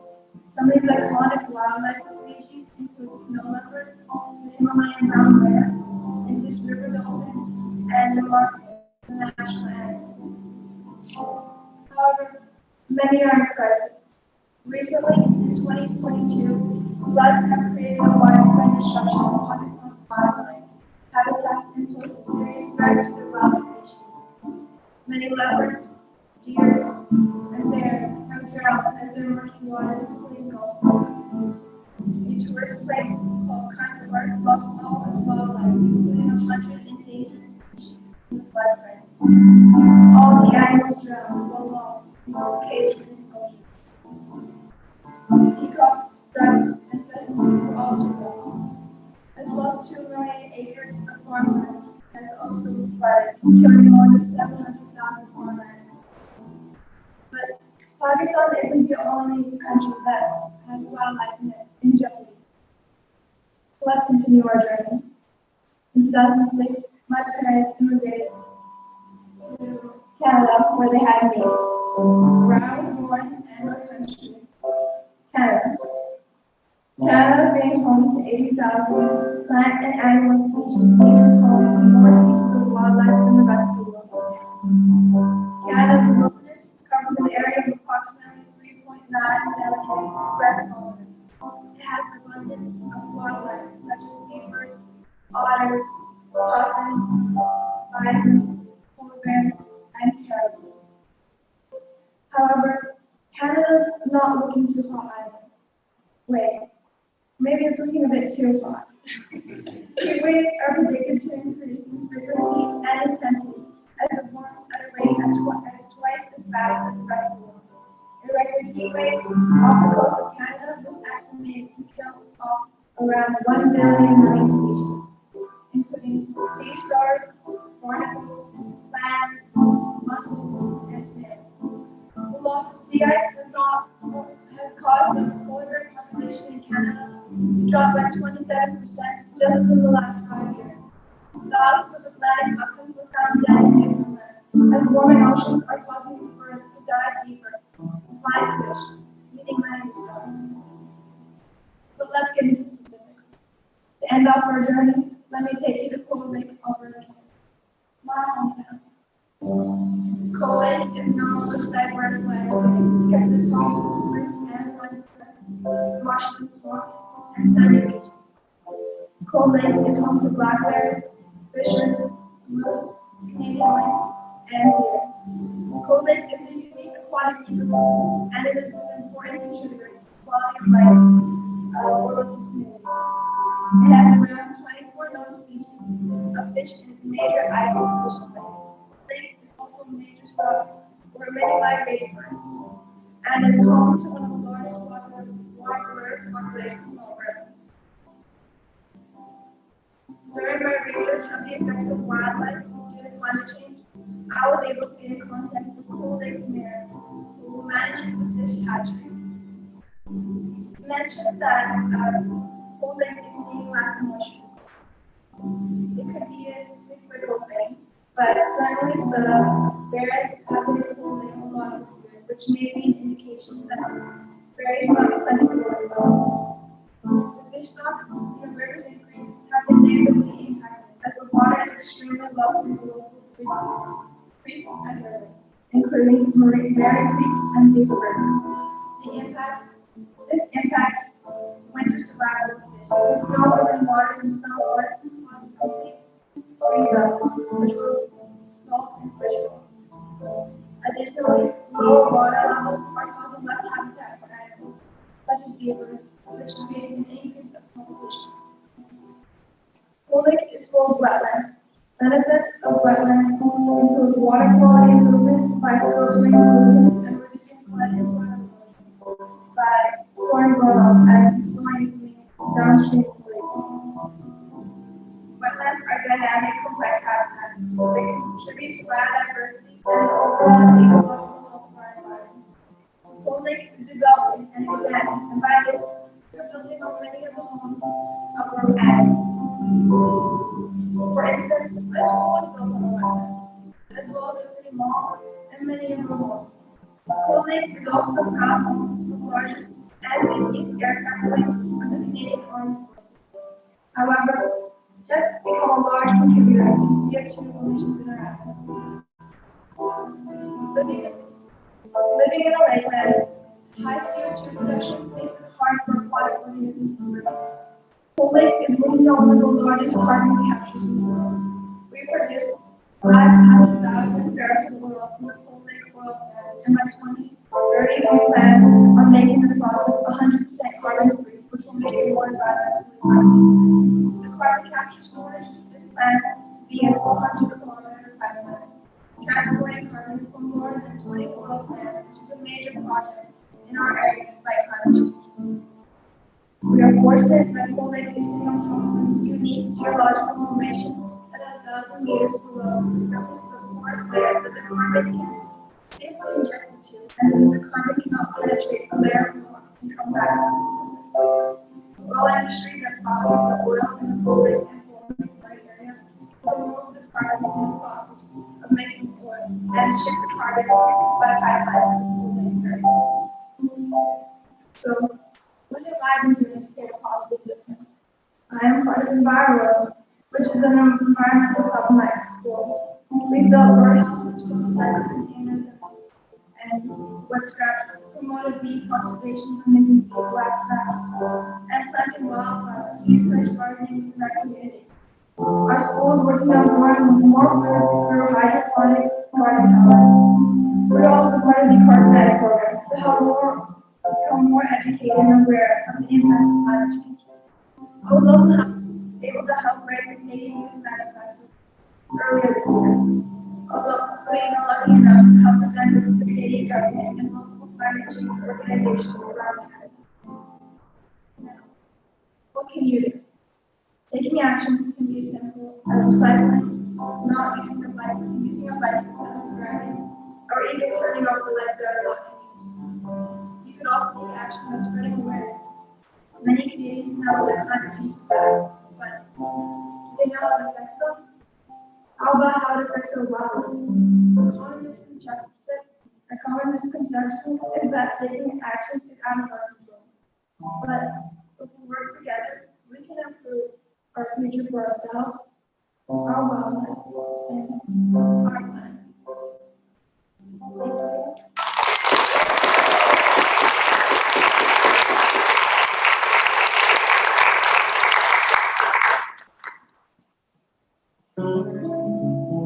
For me, the carbonite is a beacon of hope. Crucial for our future. About catalyst for change. The carbonite gives power to the power.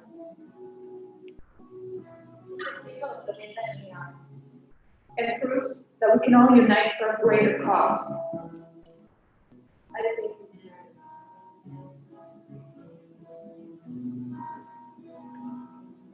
an opportunity to occupy our voice. Communication as we go.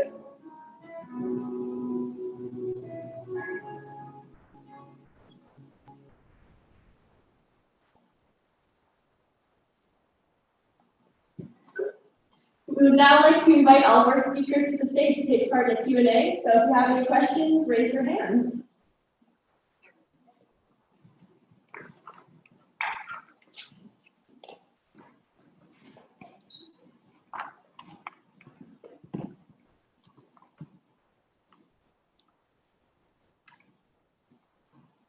Yes, you in the back?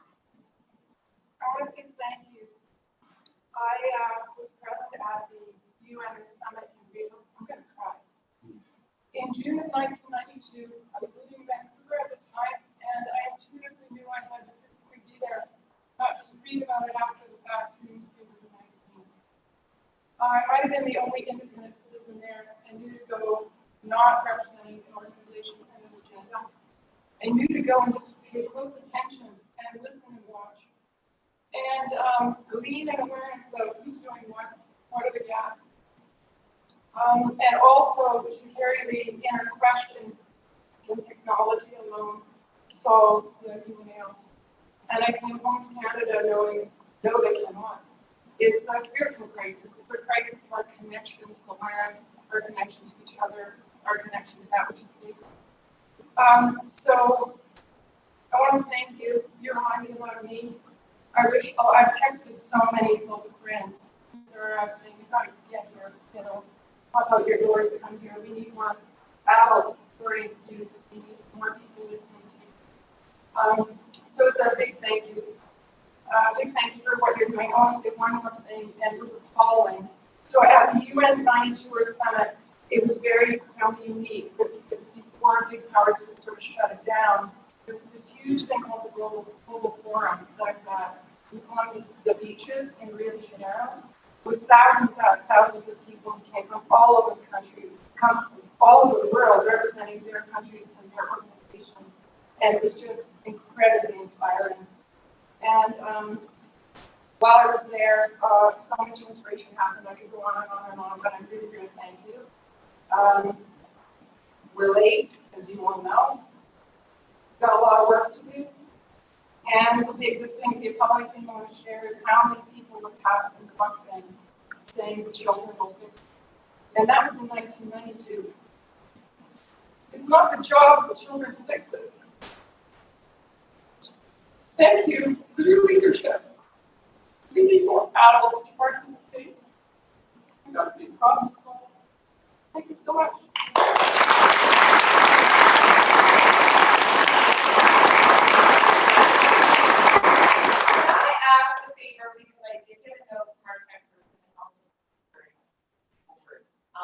Could I get anyone that would like to ask a question, maybe to come down and ask it into the microphone, just so that our people on YouTube and Zoom are able to hear it as well.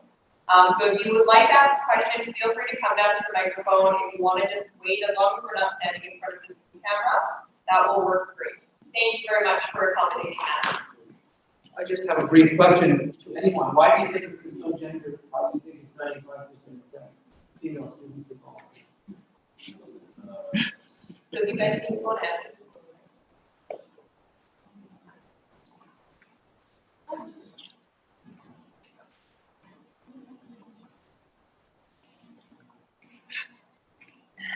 Yeah. I'm gonna attempt to answer my question, but I honestly don't really know. Women have so much power. So much power.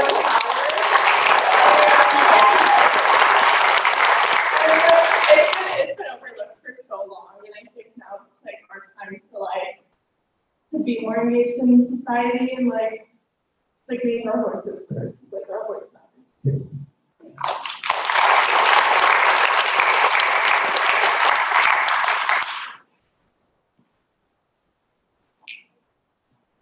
This is a question for home. I think the projects you guys do are amazing. You have so much going on. That's amazing. I'm just wondering, how you funded that. Did you do fundraising, or did you get the school board, or what? I think a lot of things we do would be good to take and implement in our own school communities, and it's just you guys have a lot of great stuff.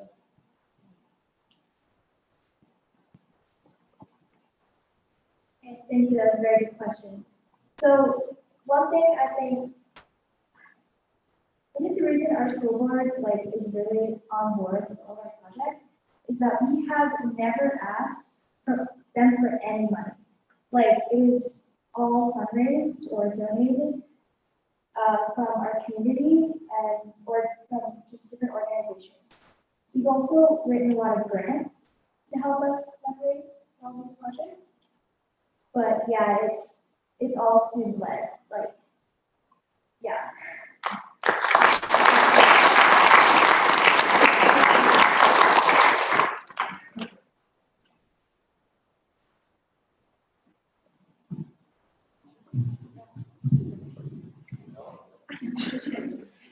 A question for Sarah Kay and Aaron. What advice do you have for other students who are concerned about the climate and want to do more?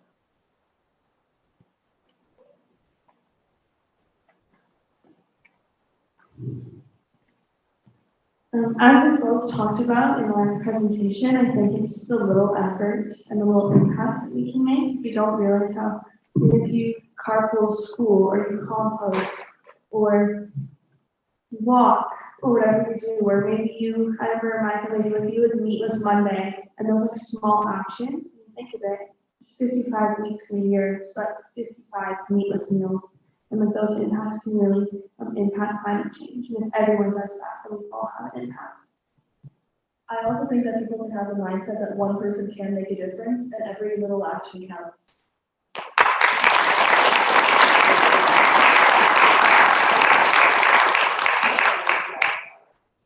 I have a question for anyone. So I was wanted to ask you guys, what's the next step going to be for your climate journey? Do you have a plan?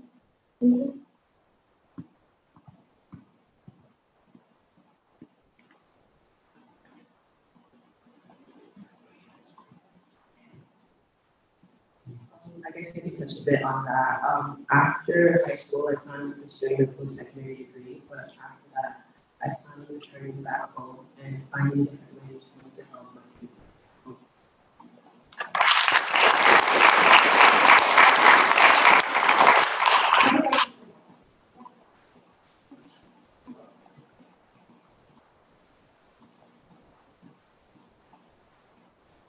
So at the moment, what our school is doing is we have realized that food security is a problem in our school, or food insecurity, I guess. So we ran a survey and discovered that around 200 and some students in our school, of about 1,000, are coming to school without a lunch or without a snack, and are going hungry throughout the day. And so, yeah, that's kind of what we want to work on right now, is trying to help implement like more food programs in schools by setting up snack carts during breaks and stuff like that. But yeah, we just started it maybe a year and a half ago, but I think we've gone pretty far with it already, and that's probably what our next step is to go forward with that.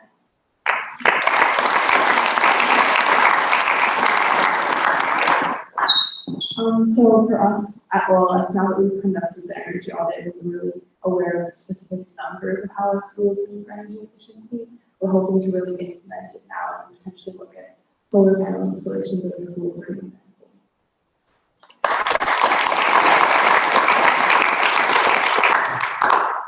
I just wanted to touch on the fact that I feel like we're always looking for new voices to be heard and new ideas. But I also think that the next step should be more like focusing on the people who do have a plan and the people like us who came here today, and making a spot and like a platform that people like us can like share and like recruit others to join.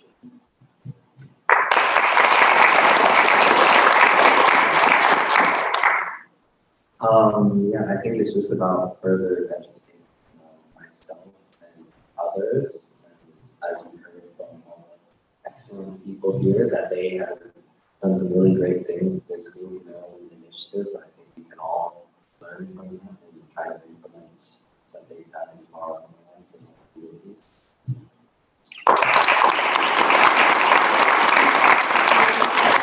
So sorry, but just because we're tight on time, we only have time for one more Q&A question, but I'm sure they'd be happy to chat with everybody after the last bit, so. What would you use that other people for other people who want to make it?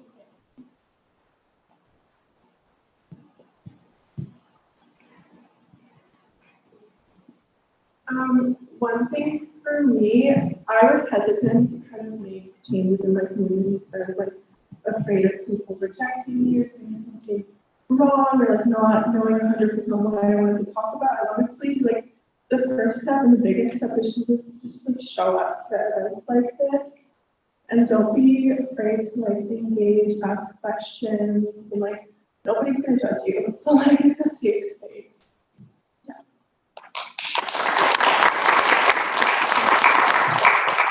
To add on to that, I think it's just really important to get involved in your community and really educate yourself on the issues that everyone around you is facing. And when you are more aware of the things going around you, it's easier to come up with solutions to those issues.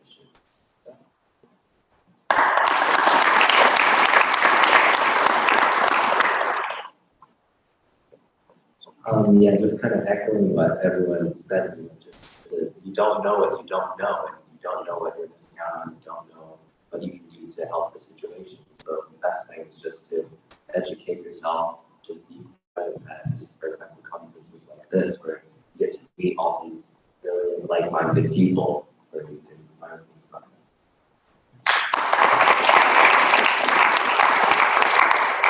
My biggest advice for you is to realize that your voice matters, and it's so important that people are always looking for your voices. Don't be afraid to reach out to businesses, companies, find a mentor, because people are there, they want to help, and they're so passionate, they're so excited to learn about you and like your ideas and projects. Yep.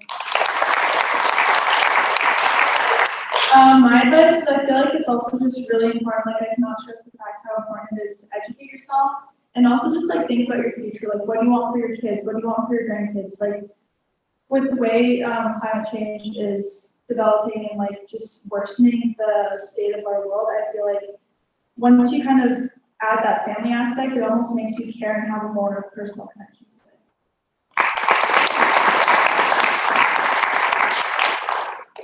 I think it's really important to recognize that the earth is resilient, but that doesn't mean it's going to fix everything by itself.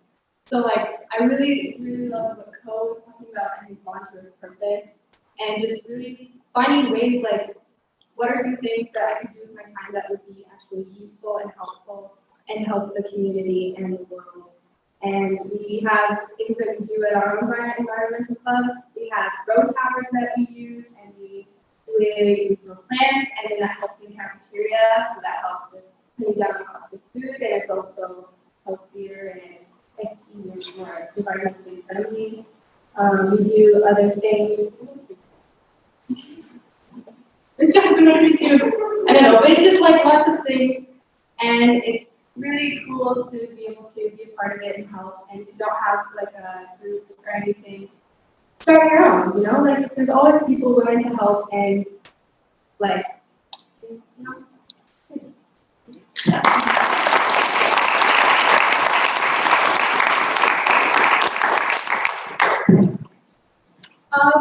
Yeah, I think that is everything. So we would like to give a huge thank you to all the people that made this happen. Thank you to Canmore Collegiate High School for hosting this event. And a big thank you for all the participating schools that have come out to make this possible. Thank you for the Alpine Club of Canada for hosting us the past couple days, and to our Indigenous elders for coming in and sharing your wisdom with us. Thank you to Green Learning and Taking It Global for your support and allowing us to explore global environmental issues. Last, thank you to Extreme Hangout for hosting this event and giving us these wonderful opportunities. And thank you to our wonderful interpreter, Susan, so wonderful. And also thank you to Rebecca for making this happen.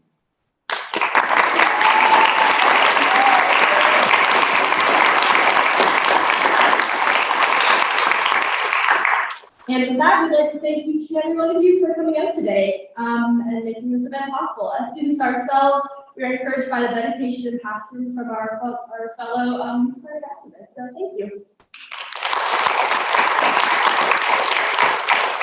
Hopefully we can carry out this great energy and channel it into our own actions. We all have the power to make differences, and thank you for joining us, and we hope you have a great rest of your day.